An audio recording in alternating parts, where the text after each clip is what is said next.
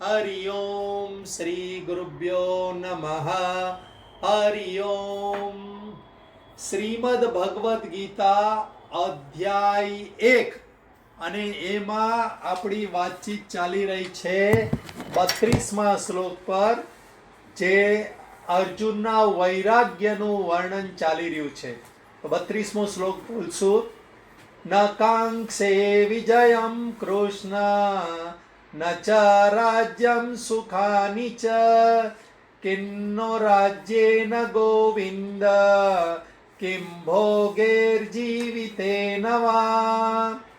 હે કૃષ્ણ, હું વિજય નથી ઈચ્છતો અને રાજ્ય તથા સુખો પણ નથી ઈચ્છતો. હે ગોવિંદ, અમને રાજ્યથી શું પ્રયોજન છે, અથવા તો ભોગો અને જીવનથી પણ શું પ્રયોજન છે. અર્જુનનો શ્રેષ્ઠ વૈરાગ્ય અહીંયા પ્રગટ થાય છે. સાધન ચતુષ્ટય સંપન્નતા થાય તો જ આત્મજ્ઞાન પ્રાપ્ત થાય, એવું ભગવદ્ ગીતા આપણને બધાને સમજાવી રહ્યા છે. અને એમાં શ્રેય અને પ્રેયની વિચારણા કરી અને અર્જુને મુમુક્ષા પ્રાપ્ત કરી. હવે આ 32મા શ્લોકથી ચાલુ કરી અને અમુક શ્લોક સુધી એના વૈરાગ્યનું વર્ણન કરે છે. તો પહેલા અધ્યાયની વિચારણા, મુખ્ય વિચારણાને હવે ધ્યાનમાં લઈએ કે પહેલા પ્રેય અને શ્રેયની વિચારણા થઈ. પ્રેય અને શ્રેયની વિચારણા કરી અને અર્જુનના મનમાં દ્રઢ થઈ ગયું કે મારે શ્રેય પ્રાપ્ત કરવું છે, એટલે કે મારે મનુષ્ય જીવનનું કલ્યાણ પ્રાપ્ત કરવું છે. આ દ્રઢ પહેલા સ્ટેજ પર થવું પડે. ગીતા આપણને સમજાવે છે કે આપણી અંદર આપણે કઈ રીત અપનાવવી જોઈએ કે જેથી આપણા મનુષ્ય જીવનનું લક્ષ્ય ચરિતાર્થ થાય. તો પહેલા પ્રેય અને શ્રેયની વિચારણા કરવી જોઈએ, એટલે કે સંસારના પદાર્થો અને પરમાત્માની સાધના, એમાં મારા માટે શ્રેયકર શું છે એ નક્કી કરી લેવાનું. પછી વૈરાગ્ય પ્રાપ્ત થવું જોઈએ. શ્રેયમાં દ્રઢતા પ્રાપ્ત થઈ કે ભાઈ હવે મારે કલ્યાણ જ કરવું છે, તો પ્રેય તરફથી વૈરાગ્ય પ્રાપ્ત થવું જોઈએ. બંનેમાં દૂધ અને દહીંમાં ન રહેવાય. તો હવે અહીંયા આગળ વૈરાગ્યની વાતો આપણે ચાલુ કરી. એમાં આપણે સમજ્યા કે રાગ કોને કહેવાય. સંસારના પ્રેય પદાર્થમાં સુખ બુદ્ધિ છે એને રાગ કહેવાય. દ્વેષ સંસારના પદાર્થોમાં દુઃખ બુદ્ધિ છે એને દ્વેષ કહેવાય. અને ઉપેક્ષા, તો આપણે આપણા જીવનમાં ઉપેક્ષા લાવવી જોઈએ દરેક પરિસ્થિતિ, દરેક વસ્તુ, દરેક વ્યક્તિમાં. તો ઉપેક્ષા લાવવા માટે ફરીથી પાછો વિવેક કરવો પડે. પ્રેય અને શ્રેયમાં વિવેક કર્યો, ફરીથી ઉપેક્ષા માટે પણ વિવેક કરવો પડે. તમે જે દિવસે નક્કી કરો કે મારે હવે મનુષ્ય જીવનનું કલ્યાણ કરવું છે, એ દિવસથી કંઈ કલ્યાણ શરૂ નહીં થાય. સ્ટેપ બાય સ્ટેપ્સ વિવેક કરતા રહેવું પડે, વૈરાગ્ય લાવતા રહેવું પડે, તો જ તમારી અંદર આ દ્રઢ થઈ જાય. તો ઉપેક્ષા લાવવા માટે વિવેક કરવો પડે. અને એ વિવેકમાં આપણે નારદજી અને સનત કુમારનો વિવેક, આટલું ભણ્યા, આટલું જ્ઞાન પ્રાપ્ત કર્યું, આટલું શ્રેય માર્ગ પર ચાલ્યા, પછી પણ સુખ પ્રાપ્ત નહીં થયું.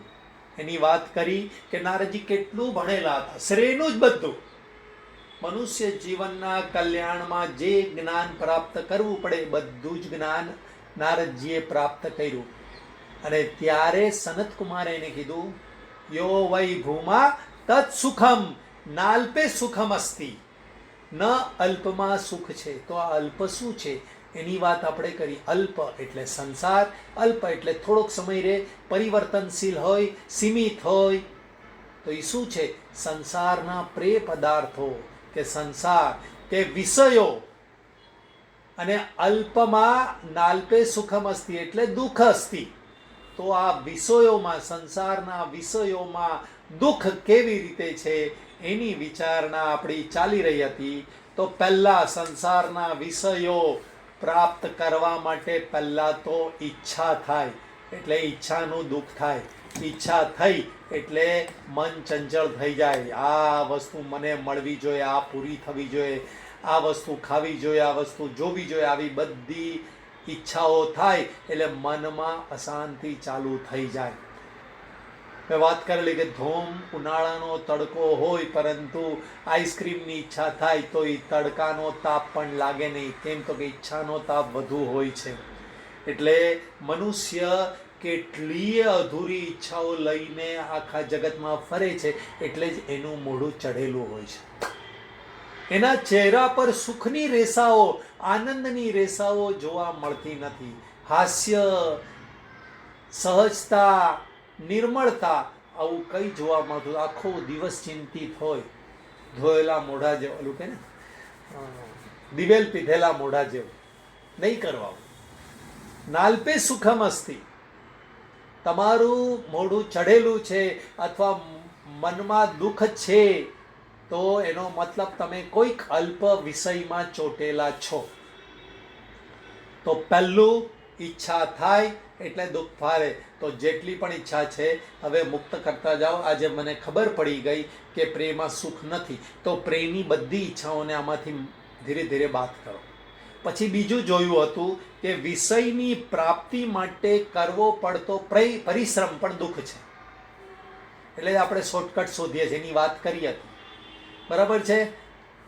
દુઃખદાયક પરિશ્રમ કોઈને પરિશ્રમ કરવો નથી. બીજા કર એટલા માટે જ બધી અત્યારે ઇલેક્ટ્રોનિક શોધખોળો કેમ થાય? પરિશ્રમ કરવો નથી. પહેલાં ઘંટીમાં ઘરમાં લોટ દાળ દળતા હતા, પછી બહારની ઘંટી આવી, પછી ઘરમાં ઇલેક્ટ્રિક ઘંટી આવી ગઈ.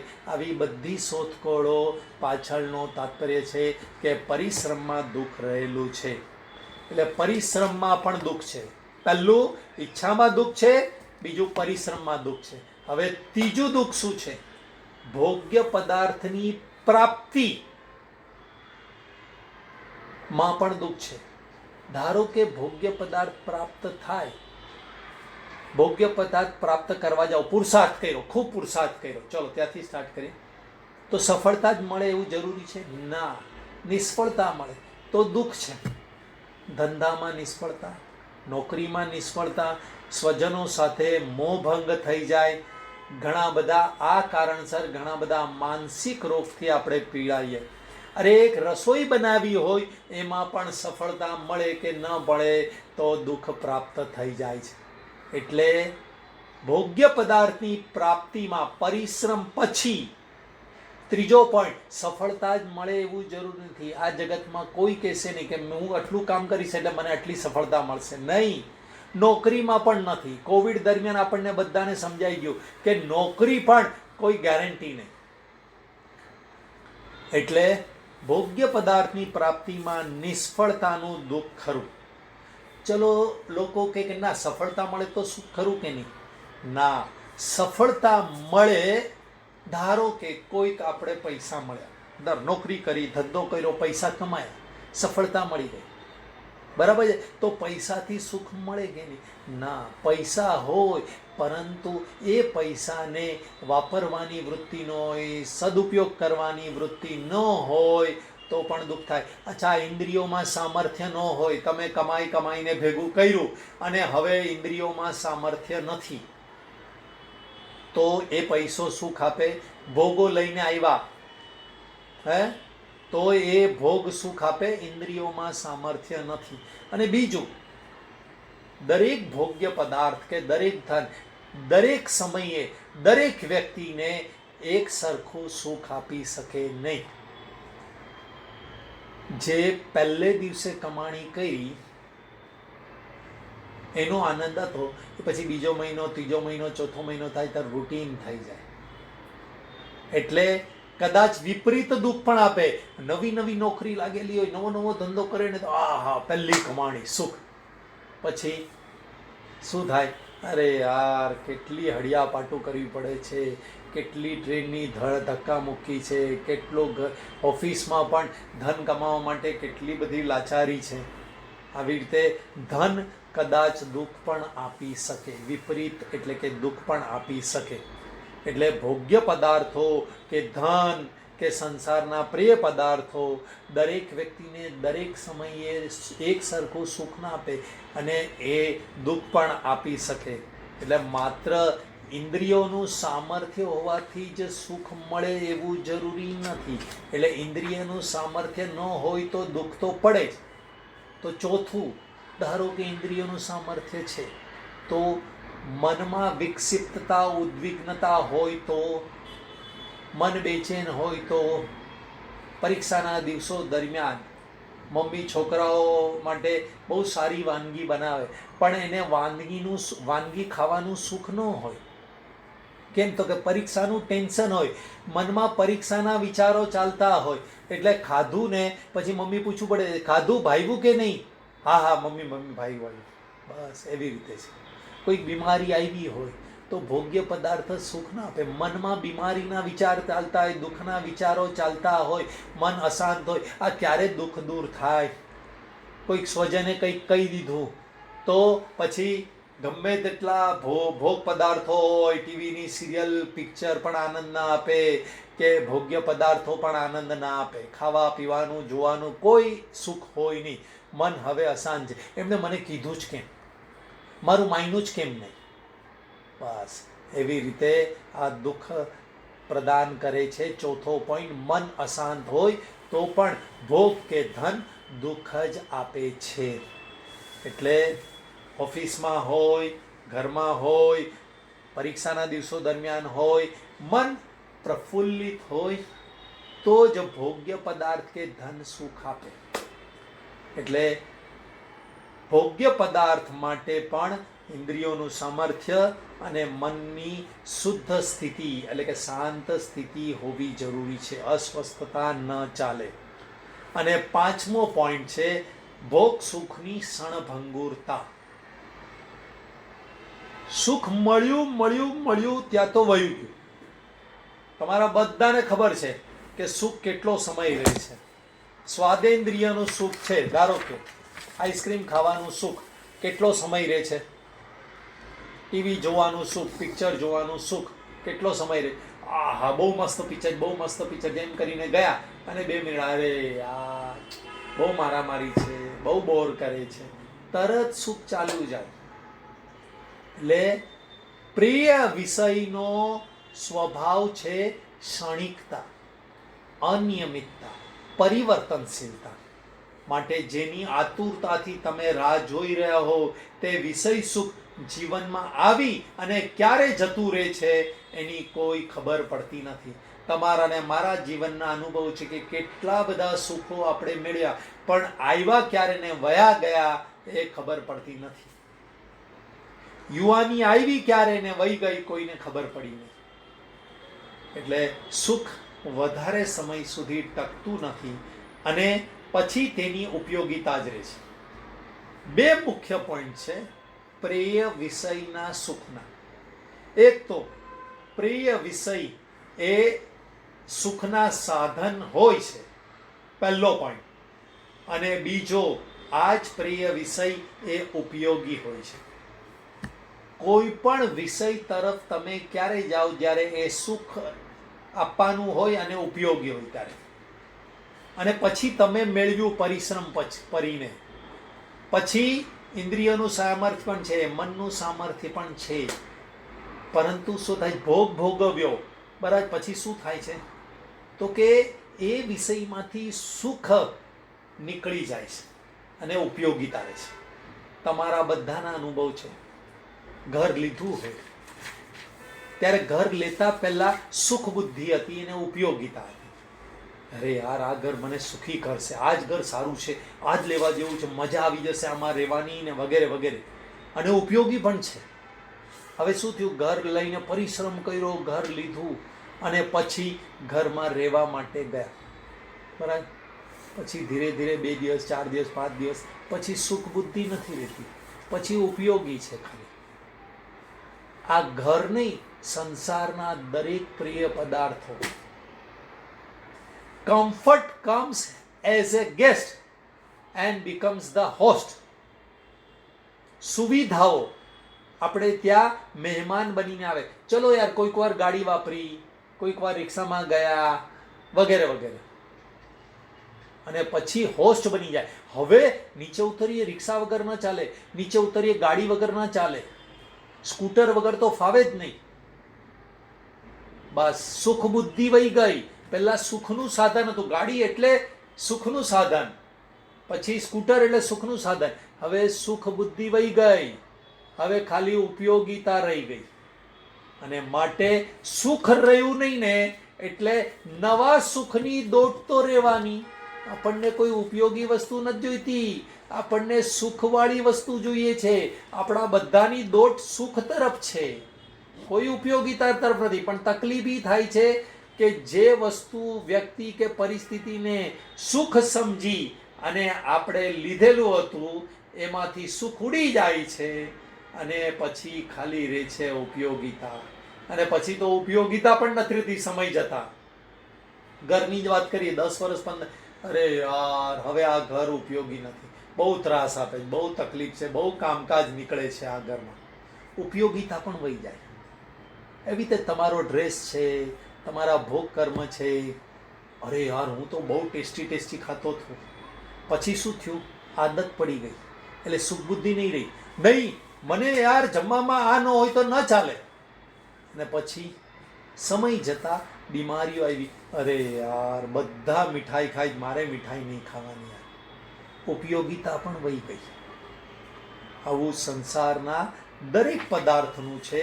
સુખ બુદ્ધિ માટે એને અપનાવ્યા હોય પ્રેય પદાર્થને, પરંતુ એમાંથી સુખ બુદ્ધિ વહી જાય છે, ફક્ત ઉપયોગિતા રહે છે. અને પછી ઉપયોગિતા પણ ન રહેતા એ દુઃખદાયક બની જાય છે.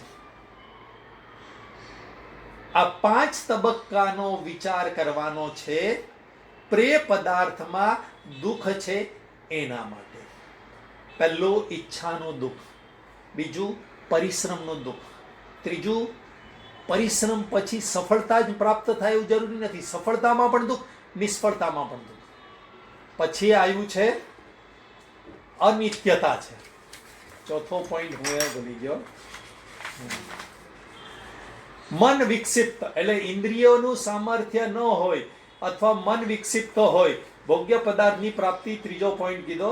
ચોથો પોઈન્ટ છે ઇન્દ્રિયોમાં સામર્થ્ય અથવા મનમાં વિક્ષિપ્તતા હોય, ઉદ્વિગ્નતા હોય, અને ભોગ સુખની ક્ષણભંગુરતા. આ 5 વસ્તુ સમજશું તો આપણી જે ગાંડી દોટ છે પ્રેય પદાર્થની પાછળ એ ધીરે ધીરે ઓછી થઈ જશે. સદંતર તો નિર્મૂળ નહીં થાય, કારણ કે સુખ વગર તો રહી ન શકે. થોડું સુખ તો મળે જ ને. ઓલું પરમાત્માનું સુખ નથી મળ્યું ત્યાં સુધી થોડું સુખ તો પકડી રાખવાના. તો વિષય સુખ હવે ભોગવ્યા પછીના દુઃખો શું છે એને સમજવાની કોશિશ કરે. આ વિષય સુખ પ્રાપ્તિ અને ભોગ દરમિયાનના દુઃખો. હવે ભોગવ્યા પછીનું દુઃખ તો કે મનુષ્યના જીવનમાં પ્રાપ્ત થયેલા વિષય સુખો જેટલા ઉત્કૃષ્ટ તેટલો જ વધારે માનસિક આઘાત તેના વિયોગ સમયે થાય છે. વિષય સુખ ભોગવી લીધું, બરાબર છે, સુખ ચાલ્યું ગયું, પછી પાછું મળશે કે નહીં, હવે કેવી રીતે મળશે, એની ચિંતાઓમાં દુઃખ રહે છે. એટલે ભોગવ્યા પછી એના સંસ્કાર પડ્યા એટલે એનું દુઃખ રહે છે.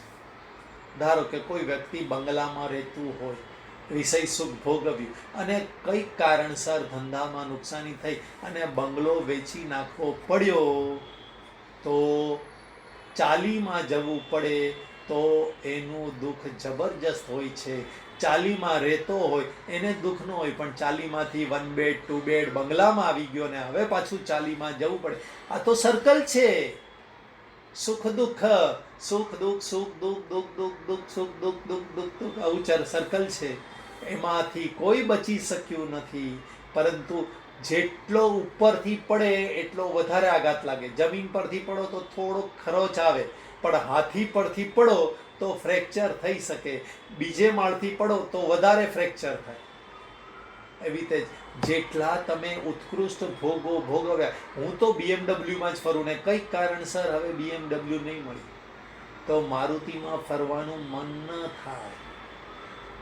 એવી રીતે મોટો મોબાઈલ વાપર્યો હોય, એન્ડ્રોઈડ અને 5G ને વગેરે વગેરે, અને પછી હવે તકલીફ આવી ગઈ અથવા તો મોબાઈલ તૂટી ગયો, મમ્મીએ કીધું હવે તને મોબાઈલ નહીં મળે, સાદો મોબાઈલ 2000નો વાપરવામાં એની ઇજ્જત નીકળી જાય.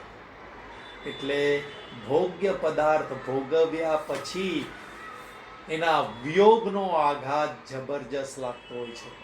બીજી વસ્તુ, મનુષ્યને જેમાંથી ભોગ સુખ મળ્યું હોય છે તે વસ્તુમાં આસક્તિ થઈ જાય છે. મેં તમને કીધું કે સંસ્કાર પડી જાય અને એ સંસ્કારને અનુરૂપ એ વસ્તુમાં આસક્તિ થઈ જાય છે.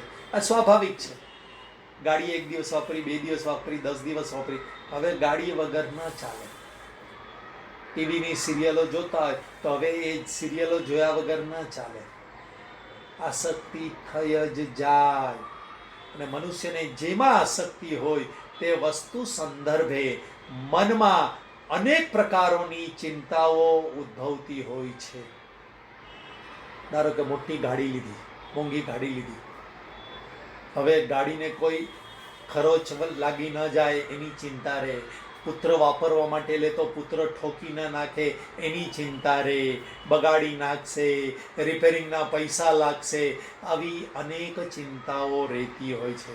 મનુષ્ય વિષય સુખની પરાધીનતા સ્વીકારી લે છે. સમય જતા ત્રીજો પોઈન્ટ, આસક્તિ થઈ જાય. પહેલો પોઈન્ટ વિયોગનું દુઃખ, ભોગવ્યા પછીના દુઃખ કહું છું.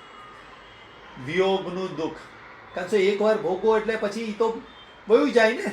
ધારો કે પિક્ચર જોયું 3 કલાક પછી વયું ગયું, પિક્ચર નથી. હવે ક્યારે જોવા મળશે ખબર નહીં. વિયોગનું દુઃખ, એ વિષયમાં આસક્તિ થઈ જાય એનું દુઃખ. ત્રીજું, પરાધીનતા થઈ જાય, ગુલામ બની જાવ. ને ગુલામી કોઈને આ જગતમાં ગમતી નથી. કોઈને કોઈની ગુલામી કરવી નથી. અને છતાં પણ આપણે બધા પ્રેય વિષયની ગુલામી વર્ષોથી કરી રહ્યા છે. પરાધીનતા, આના વગર તો ફાવે જ નહીં, આના વગર તો હું કામ કરી જ ન શકું. મિક્સચર તમે બધા જાણો છો, જે જૂના વડીલો હશે એ બધાને ખબર હશે. મિક્સચર સૌથી પહેલા સુખ બુદ્ધિ થઈ, વાહ આ બેનની ત્યાં મિક્સચર છે, મારા ત્યાં મિક્સચર આવશે તો હું સુખી થઈ જઈશ. આ દળવાની ને વાટવાની ને વગેરે વગેરે કડાકૂટમાંથી મુક્ત થઈ જઈશ અને ઉપયોગી પણ છે. હવે થયું શું?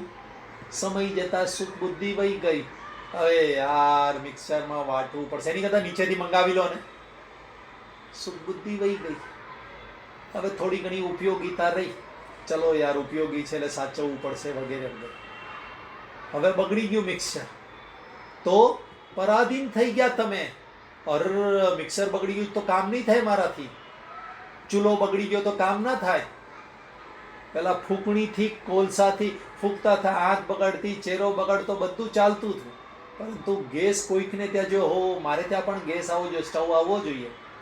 હવે પરાધીન થઈ ગયા, વાપરતા ગયા એમ હવે પરાધીન. તમે વિચાર કરશો તો તમને ખબર પડશે કે તમે ને હું આ જગતમાં પ્રિય પદાર્થની કેટલી બધી પરાધીનતાથી જીવીએ છીએ. એટલે જેટલી ઓછી સુવિધાનો તમે ઉપયોગ કરો, જેટલા ઓછામાં તમે તમારું કામ ચલાવી શકો, એટલા તમે પરાધીન ઓછા. આએ વસાવી લો, આએ વસાવી લો, આએ વસાવી લો, આએ વસાવી લો, તો પરાધીનતા વધે છે. તમને લાગે છે ઉપયોગીતા છે, મારો સમય બચી જશે, પરંતુ મારા વાત પર વિશ્વાસ નહીં રાખતા, તમારા ભૂતકાળના અનુભવ જોજો અને પછી ખબર પડશે કે હવે તો હું કેટલા બધા પર ડિપેન્ડન્ટ છું. એટલે વિષય સુખના ભોગ પછીના દુઃખ. ચોથું, વિષય સુખને પરાધીન થયેલો વ્યક્તિ ધર્મ અધર્મ, ન્યાય અન્યાય વગેરે ભેદો ભૂલી જાય છે. નહીં, મને નહીં ફાવે, ગમે તે ભોગે, હવે મારે ગમે તે ભોગે આ જોઈએ. ઘણા બધાના ઘરોમાં ઓવન ન હોય, હવે ઓવન મારે જોઈએ. અરે પણ સેલરી ઓછી છે, હમણાં કોવિડમાંથી માંડ બહાર આવ્યા છે, બધી બહુ હાફ સેલરી આવી, નહીં પણ મને જોઈએ, ગમે ઉધારી કરીને કરો. પછી પતિદેવ પણ હવે ઘરમાં બહુ ડિમાન્ડ હોય એટલે કંઈ પણ ખોટા સાચા કામ કરીને પણ પૈસો ભેગો કરે. એટલે વિષય સુખની પરાધીનતા થવાથી અધર્મ ધર્મ કંઈ ધ્યાનમાં રહેતું નથી, ન્યાય આપણે અન્યાય કંઈ બધું ભૂલી જાય છે અને એક જ લક્ષ્ય રહે છે, મારે સુખ નિયમિત જોઈએ, વિષય સુખ નિયમિત જોઈએ. આમ આ રીતે પ્રિય પદાર્થ એટલે કે વિષયોનું સુખ એ રેતીવાળો લાડવો છે. હું હંમેશા કહેતો છું, લાડવો બનાવેલો એમાં 2-5 કાકરી હોય તો એ થૂ કરીને કાઢી નાખીએ છીએ. તો અહીંયા તો સંસારના પ્રિય પદાર્થોમાં સુખ તો એવું છે કે 95% રેતી છે અને 5% લાડવો છે. તમારા બધાના અનુભવ છે કે દુઃખ ઘણું બધું છે અને છતાંય નવી નવી ડિમાન્ડો, નવી નવી ઈચ્છાઓ આપણે કરે રાખીએ છીએ. એ શરૂઆત તમને મેં કીધી ઈચ્છાથી સ્ટાર્ટ થાય. આ દુઃખની પરંપરા આખી આવી. વિષય પ્રાપ્ત થયા પહેલાનું દુઃખ અને વિષય પ્રાપ્ત થયા પછીના દુઃખની વાત કરી. આની શરૂઆત ક્યાંથી થાય? ઈચ્છાથી. રોજ કંઈક ને કંઈક ઈચ્છા થાય, મારું આમણે કરવું જોઈએ કામ, મારું આને માનવું જોઈએ, મને આ વિષય મળવો જોઈએ. આવી ઈચ્છાઓ થાય તો ત્યાંને ત્યાં જ વિવેક કરીને દબાવો, કંઈ નહીં, મને આના વગર ચાલશે, મને આના વગર ચાલશે. આ વ્યક્તિ ભલે એની રીતે કરતો, મારું નહીં માનશે ચાલશે, સામેથી આવે ને કામ કરે તો ઠીક છે, બાકી હું મારી રીતે કરીશ. ઘરની અંદર ઘર્ષણ આ જ કારણથી થાય કે હું કહું એમ બધાએ કરવું જોઈએ. આ ઈચ્છા છે, એનાથી શરૂઆત થઈ આ બધી દુઃખની પરંપરા. એટલે જેટલી ઈચ્છાઓ ઓછી એટલો તમારો લાડુ કાકરી વગરનો. આ કાકરી રૂપી ઈચ્છાઓથી આપણે પીડાઈ રહ્યા છે. અને પાંચમું છે શાશ્વત સુખ. આ પરિવર્તન સંસારમાંથી કોઈ મનુષ્યને ભૂતકાળમાં પ્રાપ્ત થયું નથી અને ભવિષ્યમાં પ્રાપ્ત થઈ શકે એમ નથી. 5 પોઈન્ટ વિષય ભોગ પ્રાપ્તિ પહેલાના અને 5 પોઈન્ટ વિષય ભોગ કરી લીધા પછીના તમારે સમજવાના છે કે તમે વિષય ભોગ કરો અને એમ સમજો, હા મને આ વસ્તુથી શાશ્વત સુખ મળે, હું આ ફ્લેટ લઈ લઈશ ને એટલે કાયમ સુખી. આવું બધાએ વિચારીને મોટો ફ્લેટ લીધો છે. શાશ્વત સુખ નથી. મને કે તમને કોઈને નથી. ઘર તરફથી શાશ્વત સુખ નથી. હા, આપણે સુખી હોઈ શકીએ. કેમ? તો કે આધ્યાત્મ તરફ ચાલ્યા હોય, પરમાત્મા તરફ ચાલ્યા હોય, સંતોષની જિંદગી જીવતા હોઈએ, ઈચ્છાઓ ઓછી હોય તો સુખી હોઈએ, પણ એ ઘરને લીધે સુખી છે એવું નથી. એટલે શાશ્વત સુખ આ પરિવર્તન સંસારમાંથી કોઈને ભૂતકાળમાં મળ્યું નથી અને ભવિષ્યમાં પણ પ્રાપ્ત થઈ શકે એમ નથી. કેમ? તો કે એનો સ્વભાવ નથી. અને જેનો ધર્મ કે સ્વભાવ ન હોય એમાંથી પ્રાપ્ત ન થાય. કારેલામાંથી ગળપણ પ્રાપ્ત ન થાય, કડવાશ જ પ્રાપ્ત થાય. કેમ? તો કે એનો સ્વભાવ છે. એટલે સંસારના વિષયોના એટલે કે પ્રિય પદાર્થમાં સુખ નથી. કેમ? તો કે એનો સ્વભાવ નથી. આ જ વસ્તુ સનત કુમાર નારદજીને ટૂંકમાં સમજાવી, એને આપણે વિસ્તારથી સમજ્યા. યો વૈ ભૂમા તત્ સુખમ નાલ્પે સુખમ અસ્તિ. અને આજ અલ્પમાં સુખ નથી. જો આ વસ્તુ મનુષ્યની બુદ્ધિમાં દ્રઢ થઈ જાય કે સંસારના કોઈ પણ પદાર્થોમાં શાશ્વત સુખ આપવાની ક્ષમતા નથી, તો આપોઆપ જ જગતના પદાર્થોની ઈચ્છા માંથી મુક્ત થઈ અને ઉપેક્ષા વૃત્તિ પર આવી જશે, જેનાથી આપણે શરૂઆત કરી હતી. ઉપેક્ષા વૃત્તિ લાવવાની છે અને એના માટે આ સનત કુમારને નારદજીની વાત કરી અને એના માટે તેના 5 પોઈન્ટ ભોગ પહેલાના અને ભોગ પછીના વિચાર કરી અને જોયું અને નિર્ણય કરવાનો છે કે સંસારના પ્રિય પદાર્થની ઈચ્છા હવે નથી કરવાની. તો જ શ્રેષ્ઠ વૈરાગ્ય પ્રાપ્ત થશે, જે અર્જુનને પ્રાપ્ત થયો. એણે કહ્યું, હે કૃષ્ણ, હું વિજય નથી ઈચ્છતો, રાજ્ય નથી ઈચ્છતો, ભોગ પણ નથી ઈચ્છતો અને સંસારમાંથી સુખ પણ નથી ઈચ્છતો. આ ઉત્કૃષ્ટ વૈરાગ્ય અર્જુનનો પ્રાપ્ત થયો 32મા શ્લોકમાં. હવે 33 અને 34માં શ્લોકમાં વધારે પ્રભાવી ઇફેક્ટિવ રૂપે વૈરાગ્ય અભિવ્યક્ત થાય છે. તેની ઉપર આપણે શ્લોક બોલશું ને ભાષાંતર સમજશું. એસામ અર્થે કાંક્ષિતમ નઃ રાજ્યમ ભોગા સુખાની ચ તૈમેવ સ્થિતા યુદ્ધે પ્રાણસ્ત્યક્ત્વા ધનાની ચ આચાર્યાઃ પિતરઃ પુત્રાઃ તથૈવ ચ પિતામહાઃ માતુલા સ્વસુરાઃ પૌત્રાઃ સ્યાલઃ સંબંધિનસ્તથા. અમને જેમના માટે રાજ્ય ભોગ અને સુખો ઈચ્છનીય છે તે આ બધા સ્વજનો ધન અને જીવનની આશા ત્યજીને યુદ્ધમાં ઊભા છે. ગુરુજનો, કાકાઓ, પુત્રો અને દાદાઓ તેમજ મામાઓ, સસરાઓ, પૌત્રો, શાળાઓ અને બીજા સંબંધીઓ આ બધા તો યુદ્ધમાં મરવા માટે ઊભા છે. પોતાના મનમાં તો વૈરાગ્યને દ્રઢ કર્યો, પરંતુ સામે પણ પ્રત્યક્ષ જે દેખાઈ રહ્યું છે એ પણ, એટલે સૂક્ષ્મ બુદ્ધિ અને સ્થૂળ બુદ્ધિ બંને બુદ્ધિથી વિચાર કર્યો. આ બે શ્લોકમાં સૂક્ષ્મતાથી વિચાર કરશું તો અર્જુનને પોતાના સ્વજનો માટે પણ પ્રેમની ઈચ્છા નથી. આગળના શ્લોકમાં કીધું મારા માટે મને પ્રેમની ઈચ્છા નથી. નકાંક્ષે વિજયમ કૃષ્ણ ન ચ રાજ્યમ સુખાન. મને રાજ્ય નથી જોઈતું, મને ભોગ નથી જોઈતું, મને વિજય નથી જોઈતો, મને સુખ નથી જોઈતું. હવે કે છે મને એકલાને નહીં, મારા સ્વજનો માટે પણ મને હવે પ્રિય પદાર્થની ઈચ્છા નથી. કારણ કે બધા જ સ્વજનો યુદ્ધના મેદાનમાં ઊભા છે. તેમનું અસ્તિત્વ રહેશે કે નહીં રહેશે એ જ અનિશ્ચિત છે. તો એના માટે ભોગની ઈચ્છા હું શું કરવા કરું? ઘણા અહીંયા હાજર રહેલા સાધકોમાં પણ એવી ભ્રાંતિ હોય છે, અને એમાં ઘરના પુરુષ વર્ગમાં એવી ભ્રાંતિ, ના હું મારા માટે નથી કમાતો, હું તો મારા સ્વજનો માટે કમાઉં છું, મારી પત્ની, દીકરા, દીકરીઓના ભવિષ્ય માટે કમાઉં છું. તો અહીંયા અર્જુનને જોજો તો ખબર પડશે કે ભાઈ આ સંસારમાં કોઈ કોઈનું નથી રે, કોઈ કોઈનું નથી રે. આ અર્જુનને યુદ્ધના મેદાનમાં દેખાઈ ગયું, માટે એણે હવે બીજો વૈરાગ્ય પણ થઈ ગયો કે મારે હવે કોઈના માટે પણ લડાઈ કરવી નથી. મારા માટે તો નહીં, મારા સ્વજનો માટે પણ નહીં. આગળની વાત આપણે આવતા વખતે કરશું. ઓમ પૂર્ણમદ પૂર્ણમિદં પૂર્ણાત પૂર્ણમુદચ્યતે પૂર્ણસ્ય પૂર્ણમાદાય પૂર્ણમેવાવશિષ્યતે.